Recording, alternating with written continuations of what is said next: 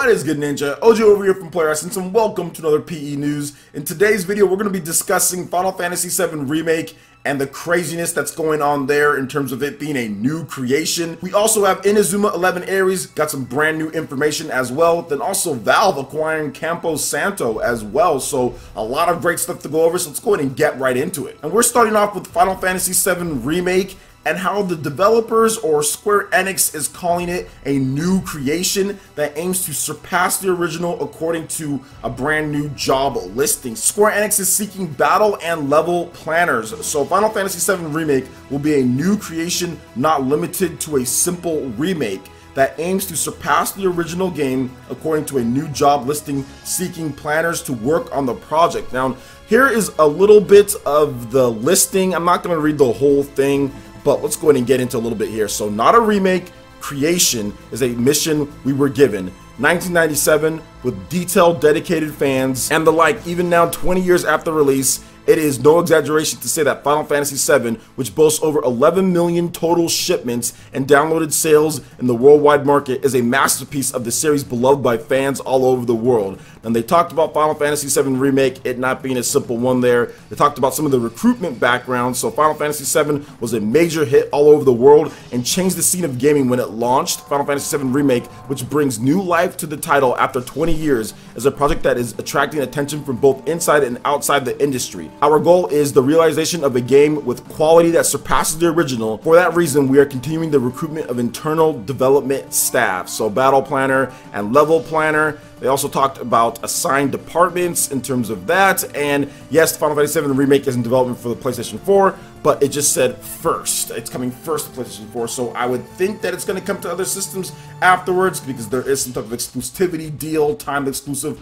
whatever the case is. But either way, Square Enix is crazy. At this point, I'm pretty sure that this company is crazy, and in a good way and in a bad way. Final Fantasy VII Remake was announced way too early. I know that they're continuing development, and I know this happens all the time. This happens, right? People, you hire them on to get the extra work, whatever you need once the scope becomes bigger. But why was this game announced so many years ago if they're still needing to progress as it is with no release date in sight? With no release date in sight, why was it announced in 2015? There was just some things, like I said before, that I talked about with like the craziness of Square Enix. The good is the ambition, right? You want to be ambitious. You want to go out there. You want to make big projects. You want to do the best that you can. Square Enix has plenty of ambition. However, sometimes they're crazy. Sometimes it gets a little bit crazy, and to me, this is turning into some type of crazy Final Fantasy 15 type of project to where we won't see it in so many years. Now, I'm hoping that Square Enix, since they are using Unreal Engine 4, since they are coming off of Final Fantasy 15, that they understand and they learn when to just say, okay, let's just cut our losses here, let's just move on, let's just make sure we can do this, like to hone their energy and focus on what's important.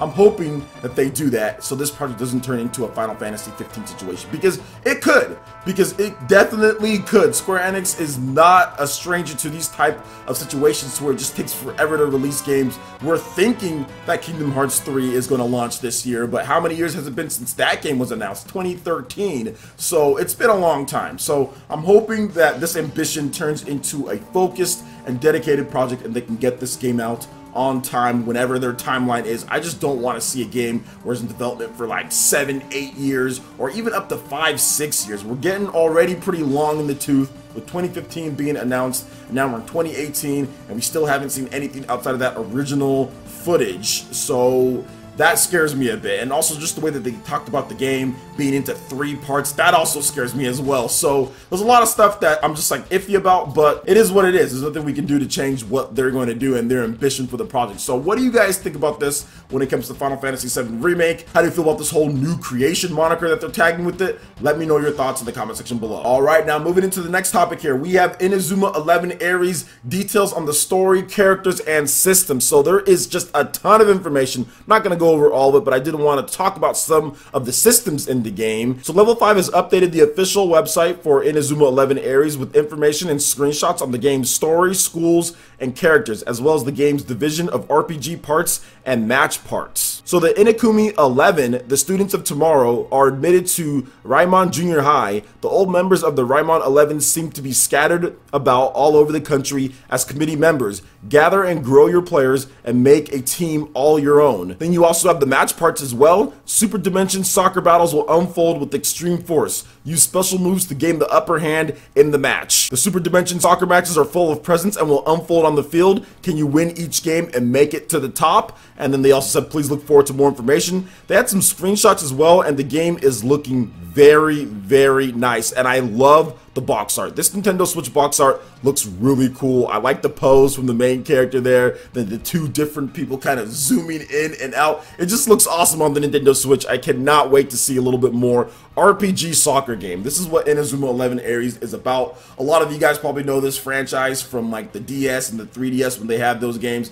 I never got into those ones. They just didn't look good to me. I didn't really care about it, but now that it's coming to consoles, now that it's coming to Nintendo Switch, you get that portability, you also get those HD graphics, and people have talked to me a little bit more about the RPG mechanics. I've had multiple conversations with people that are into this franchise. It gets me excited to kind of play this game and see what it's all about. Now we do know that Inazuma 11 Aries is due out for the PlayStation 4, Nintendo Switch, and iOS and Android this summer in Japan. We don't have any type of release date for the West, and you guys know that Level 5, they like to take their time for localizing. I'm hoping this one's going to be a little bit quicker, just because I think it would help the franchise and help Level 5 out if they were able to get localizations done faster. But it's interesting because it comes out this summer in Japan, but you know what else is also coming out this summer in Japan?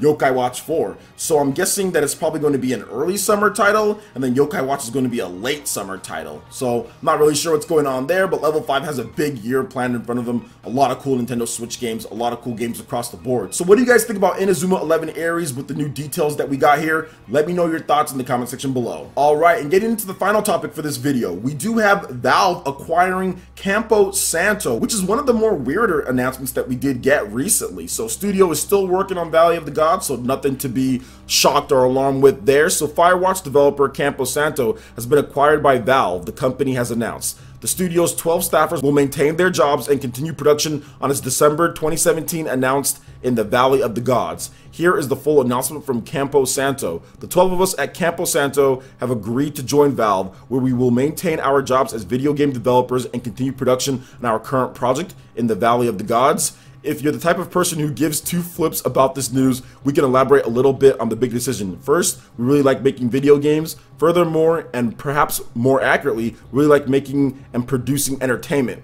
From the day-to-day production of our last game, Firewatch, to the way that we run the company, make merchandise, meet players at expos and shows, send out quarterly itinerary journal, throw open to the public game demos in the middle of an artificial forest. All of it is geared towards surprising, delighting, and entertaining the customers who have shared in our success. Now, they talked more about Valve and why they're joining and what they're going to do than the old Campo Santo type of sarcasm and wittiness in there. So if you want to see the full announcement, you can definitely check that out, link in the description below. But essentially, I want to give some shout outs to Doc Trey on this one too, but this is what I was thinking. It makes Valve a publisher on the Nintendo Switch, because now that they own Campo Santo and Campo Santo is releasing Firewatch on the Nintendo Switch, that's essentially Valve's IP at this point. So that's actually really interesting that Valve is publishing a game, or is going to be a publisher or owner of a game coming to the Nintendo Switch. Now, Valve has always talked about admiring Nintendo's IPs and kind of what they do. Heck, Gabe Newell has said multiple times that he loved what was going on with the Wii, that there was supposed to be some type of business deal that they were going to do, but it never went through. He's also gushed about Pokemon and kind of what they do there with that franchise, but said that they're not going to follow them.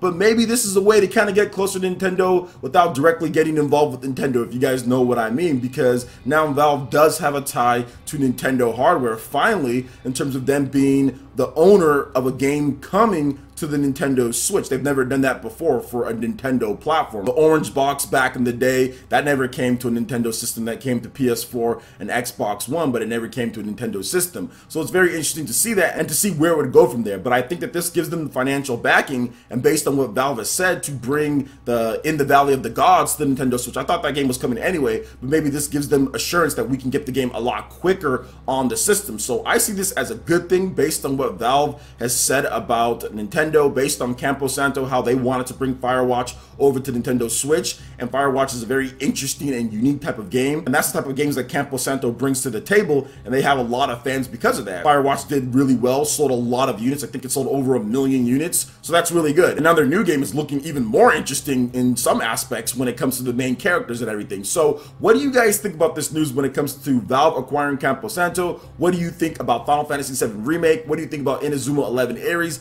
I'd love to know you guys' thoughts in the comment section below. Alright, Ninja, that wraps it up for this video here. Go ahead and check out the links in the description below. We got Facebook and Twitter. Go ahead and give us a like and a follow on our social media. Really helps us spread the content of Player Essence across the internet in addition to YouTube.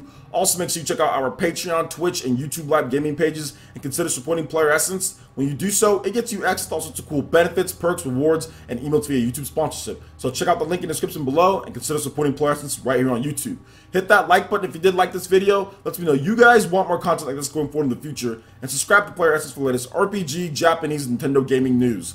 Thank you so much for watching, and we'll catch you, Ninja, for the next video. Peace.